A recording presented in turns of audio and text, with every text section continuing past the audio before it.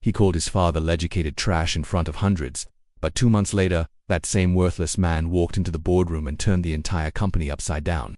What happened next silenced the room and exposed a secret 25 years in the making. I stood at the far end of the opulent ballroom, surrounded by gold-rimmed glasses, designer gowns, and murmurs of high society, trying to shrink into the ill-fitting suit I had borrowed from a neighbor who wore the same size but had better taste. It was Jason's wedding day, the moment I had envisioned through 2 decades of relentless struggle, when his mother left without a goodbye. I was a 23-year-old apprentice plumber with no savings, no backup, and no clue how to raise a child. But I did it. Somehow we lived in a 1-bedroom apartment above a laundromat. Winters were cruel, the heater barely worked, and on more than one occasion, I wrapped Jason in 2 sweaters, 3 blankets, and lay beside him to make sure he didn't shiver through the night. I fixed toilets during the day, delivered groceries at night, and attended every parent-teacher meeting like my life depended on it. I never let him see me cry, even when I did it quietly in the bathroom at 2 a.m. after pulling a double shift. And now, 20 years later, I was here, in a world of silk and champagne, trying to be invisible. Everything looked like a dream I didn't belong in. A 60-year wedding cake towered like a monument to wealth in the corner, flanked by chefs in white coats with their arms behind their backs. A live quartet played something classical and polished. On the walls, digital projections displayed a timeline of Jason and Emily's relationship, from college to engagement, with glowing captions and dramatic slow-motion clips. I kept to the side, near a table filled with flower arrangements that probably cost more than my monthly rent, watching my son move effortlessly among the elite. Then I saw the place card dotted the family table. Right beneath a gold label reading "Father of the Groom" there was my name, printed neatly, but scribbled beneath it in looping cursive. In a flashy gold ink that clashed against the cardstock were the words, "Legislated fake dad." I blinked. Maybe I was reading it wrong. The light, the nerves, the emotional weight of the day could have all distorted the words. I leaned in. The message was still there, still mocking, still burning. Then I heard it. Laughter, quiet at first, then louder. I turned toward the source. A table across the hall. Emily's family, her father, a retired university dean, polished and poised in his tailored navy suit, leaned back with a smug grin. Her mother, with a pearl necklace and a practiced air of sophistication, covered her mouth in a gesture that was more theatrical than sincere. One of the cousins whispered something to another, and their laughter pealed through the air like glass breaking softly. It wasn't a misunderstanding, it was an insult, the kind that was meant to be seen, meant to sting, meant to humiliate. I looked around for Jason. He was by the dance floor, arms draped around Emily and one of the groomsmen, smiling for a photographer. His eyes didn't meet mine. He didn't see the card. He wouldn't have let this happen if he had. I reached forward, turned the place card over, hiding the words like burying something shameful. I tried to sit but couldn't. The laughter hadn't stopped. It was growing, spreading like a cold fire across that side of the room. I heard a voice, unmistakably loud enough to be intentional, dripping with derision. "Well, what did you expect? He fixes pipes. Probably didn't even finish high school." My hands shook, my throat closed. I stood up slowly, heart pounding in my ears. This wasn't my place. I didn't belong here. Maybe I had never belonged in Jason's new world, one of innovation and elegance, of college degrees and company launches. Maybe my role ended the day he stopped needing packed lunches and bedtime stories. I turned to leave, but then I felt it, a hand firm and warm, gripping mine.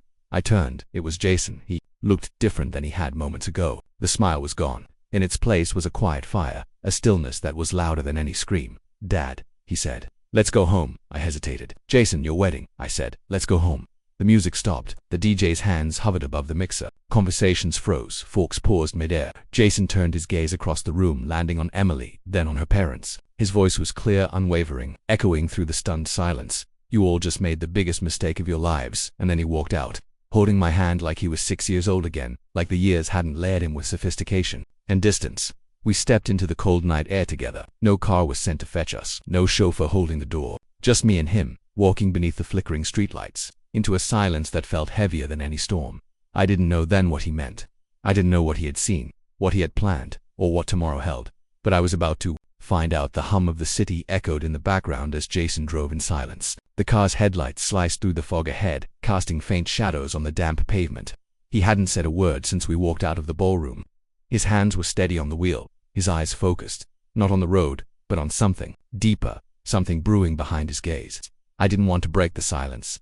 Not yet. When we pulled into the old neighborhood, the memories came flooding back. The cracked sidewalk Jason had once scraped his knee on, the bent lamppost he used to swing around when he was late for school, the creaky front gate he'd helped me fix 3 different times. Everything was still there, worn but familiar. We stepped out of the car, and for a moment he just stood in front of the building. looking up at it as though trying to see through the brick and plaster to the years that had shaped him inside. The apartment hadn't changed much. The walls were still the same pale shade of yellow I had painted one weekend while Jason napped on the couch. The small table near the window still wobbled if you leaned on it too hard. The only new thing was the laptop sitting on the kitchen counter, sleek and modern. Humming softly, I turned to unlock the door when his voice finally broke the silence. "You know, Dad." I saw it froze. My hand lingered on the doorknob, the nameplate. "I saw it before you did. I was watching from the side. I was waiting to see what you would do." He turned slowly. Confusion mixed with 1,000 questions clouded my thoughts. "Then why didn't you stop? Then why didn't you say something sooner?" Jason leaned against the hallway wall, his posture heavy. His eyes held something I hadn't seen in a long time. Pain, not from being hurt, but from witnessing someone else's humiliation. "Mine, because I needed to know," he said. "I needed to know if they'd do it, if they'd look you in the face and spit on everything you've done for me. I couldn't go through with the wedding if I didn't know the truth." He pulled out his phone, tapped a few times, and handed it to me. A video began to play. Hidden footage, blurry but clear enough. The bride's father handed the pen to a young cousin with a smirk. Her mother was hissing with exaggerated disdain. The bride herself was smiling and nodding at the cruel jock. "My real father is the man I'm marrying," she said. "That plumber guy. He's just a formality." Watched in silence, my throat tightening with each second. Jason remained still. "I didn't tell you this before, but I never signed the prenup." I looked up. "Stunned you didn't?" He shook his head slowly. "They begged me to. Her father promised to invest in my company if I did, but I refused. Because I already had something real." He moved past me into the apartment, opening the laptop and typing quickly. His fingers danced across the keyboard like he'd done it 1,000 times last year. "My partner and I built something. A cybersecurity firm. Small, quiet, but powerful. We were acquired 2 months ago. The deal was clean. No headlines, no press, just capital, silence, and control." I stepped inside, the weight of his words beginning to form a shape I hadn't yet understood. "You've been living modestly this whole time." "Why?" "Because I didn't want to draw attention. I wanted to stay close to the people who mattered, and I wanted to be in a position for this." He tapped a key, and a series of documents appeared on the screen. Company share reports, stakeholder percentages, legal notices. He turned the screen to me. "This is Westbourne Hospitality, or what's left of it.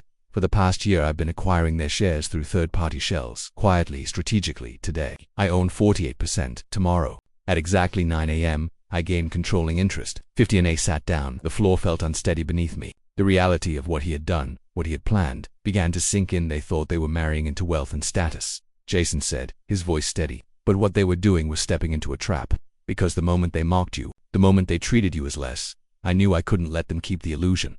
Tomorrow, they're going to see the truth. And they won't be able to look away." He stood in the glow of the screen, not just as my son, but as something more. A man forged by years of watching his father struggle, who had taken every insult, every hardship, and turned it into fuel. He closed the laptop gently, then looked at me. "They made a mistake, Dad. Not just by mocking you, but by underestimating me. And tomorrow I'm going to show them what that costs." The morning of the annual shareholder meeting arrived with a chill in the air, not from the weather, but from the tension thickening around the Sutton Corporation headquarters.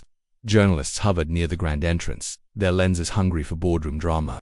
Jason stood before the towering glass doors, his reflection staring back at him in a custom charcoal suit. Beside him stood his mother, Grace, looking elegant and steady. Behind them, the attorney who had helped finalize everything nodded with restrained confidence. Inside, the boardroom buzzed with false calm. Gerald sat at the head of the long walnut table, flanked by other directors and top executives, each sipping coffee from porcelain mugs bearing the Golden Company emblem. They spoke in low voices until the doors opened. Every gaze turned. Jason stepped in with quiet authority, a subtle smirk playing at the corner of his lips. Grace followed, her eyes scanning the room not with fear, but finality. Gerald's smile faltered. His hands, which once guided the empire, now trembled subtly at the edges. "You're not authorized to be here," he growled, rising halfway from his chair. "I am," Jason said calmly. He handed a leather folder to the assistant standing near the screen. She took it with trembling hands and walked it over to Gerald. "You might want to read that before you embarrass yourself." Gerald opened the file and began to read, line by line. His face paled. The room grew quiet as the board members noticed the shift in his expression. His mouth opened once, then closed again like a man drowning. Jason took his seat across from him. "I'd like to call the meeting to order as the new acting chairman of Sutton Corporation." Gasps whispered through the room. Gerald slammed the folder shut. "This is fraud." "No," Jason replied, his voice still composed. "It's justice." He turned to the assistant who now stood ready at the projector. "Please pull up the official shareholder ledger." A moment later, the screen displayed the names of all major stakeholders. Jason's name gleamed in bold. Beneath it, Grace Sutton, reinstated by a court order after being illegally removed years ago by forged signatures. Together they now held 52% of the company. You underestimated her, Jason said, locking eyes with his father. You underestimated me. One of the board members, an older man with a silver beard, spoke up. Is this true? Jason nodded. My mother and I reclaimed our rightful shares and gathered additional proxies from long-neglected investors who were tired of being manipulated. Gerald Sutton no longer holds a controlling stake. His vote is no longer decisive, and neither is his presence. Gerald was still standing. You don't know how to run this company. No, Jason said, rising slowly, his voice steady, but I've spent my entire life watching how not to run it. He turned to the board. As acting chairman, my first proposal is to immediately relieve Gerald Sutton of all executive authority, pending a full audit and investigation into past dealings, especially those that financially exploited shareholders and undermined ethical business practices. No one spoke. Then, one by one, hands rose around the table, unanimous. Gerald's voice cracked. This company was mine. I built it. Jason's voice was quiet but sharp. You built it on fear. I'll rebuild it on something stronger. The room remained still as Gerald left, his steps hollow and slow, the door clicking behind him with finality. When he was gone, Jason turned back to the board. There's a lot of work to do, but before anything else, I'd like to bring someone forward. Grace stepped to the front of the room filled with hushed surprise. This woman built the foundation of this company, Jason said. Her ideas were the reason it survived the early years, but she was removed, erased, and ridiculed. That ends today. I'm reinstating her not just as a board member, but as co-chair. Some applauded, some simply stared. Grace nodded once, eyes glistening but no tears falling. She had cried enough for a lifetime. Later that evening, after the press conference, and a storm of breaking headlines, Jason and Grace sat together in the same park where he had once played as a child. The sun was setting behind the skyline of buildings that now bore his family name, a name redeemed, not just inherited. You did it, Grace whispered. Jason smiled. No, we did. She placed a hand over his. Your father thought you were weak because you stayed quiet, but you were listening, watching, planning. Jason turned toward her and waiting for the right moment. Revenge isn't about rage. It's about precision. Grace looked out at the city. What now? Jason took a deep breath. We build it right this time, with integrity, with compassion. We make this company something worth being proud of. They sat in silence, watching as the wind swirled golden leaves around them. In a high-rise office across the city, Gerald Sutton stared out the window, clutching a glass he hadn't touched. The empire was gone. Not by fire, not by force, but by a son who knew how to wait. A son who had once stood in the rain outside his father's empire, humiliated, with nothing but a briefcase and a broken heart. And now, he was the storm.